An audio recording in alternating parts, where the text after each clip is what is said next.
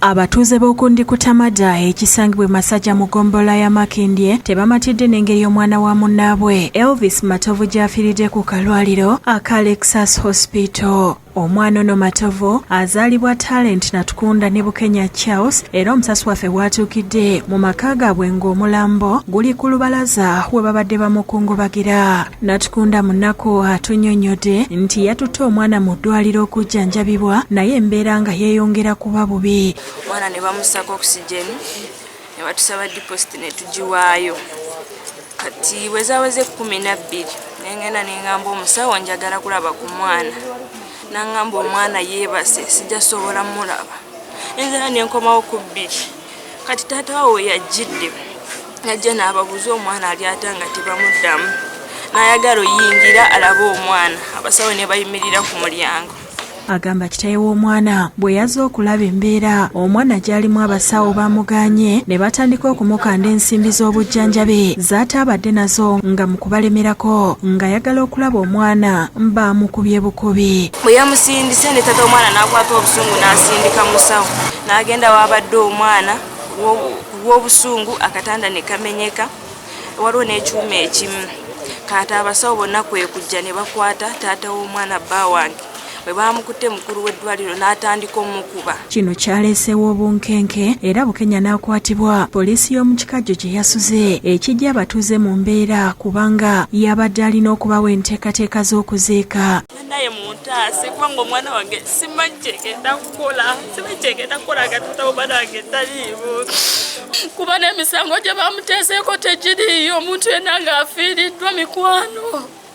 Tolina bweweekomako.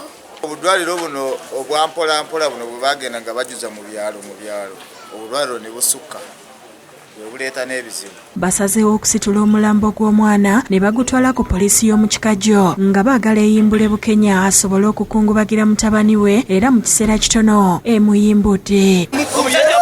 Omusajja bakubidde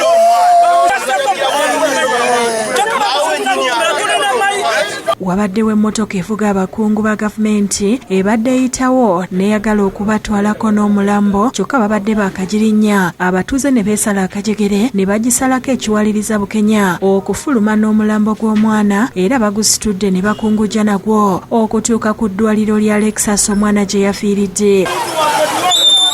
Beesoza akalwaliro wakati mu kkuba emiranga n'ebiwoobe nga basaba obwenkanya ekireeseewo obunkenke.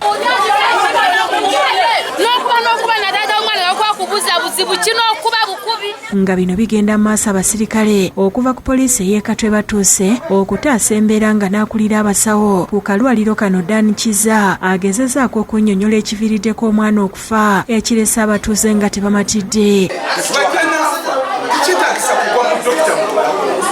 Beegatiddwako Mmeeya w'e Masajja John Baptist Kiyaga wakati mu batuuze okwogerera abasawo ebisongofu.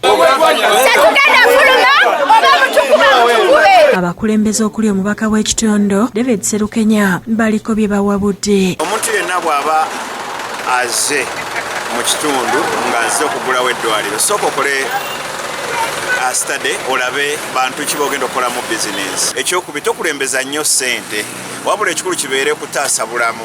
Nga beekuba mu mutima bakkirize nti kye baakoze kyabadde kikyamu ekyokusiba kasitoma bwe yabadde atwalidde omulwadde okumujjanjaba ate omwana n'abafaako. Nga poliisi etwala omulambo e Mulago okwongera okwekebejjebwa abatuuze bagitadde ku nninga etwale ne Kiza eyavuddeko obuzibu era aggiddwawo wakati mu bukuumi.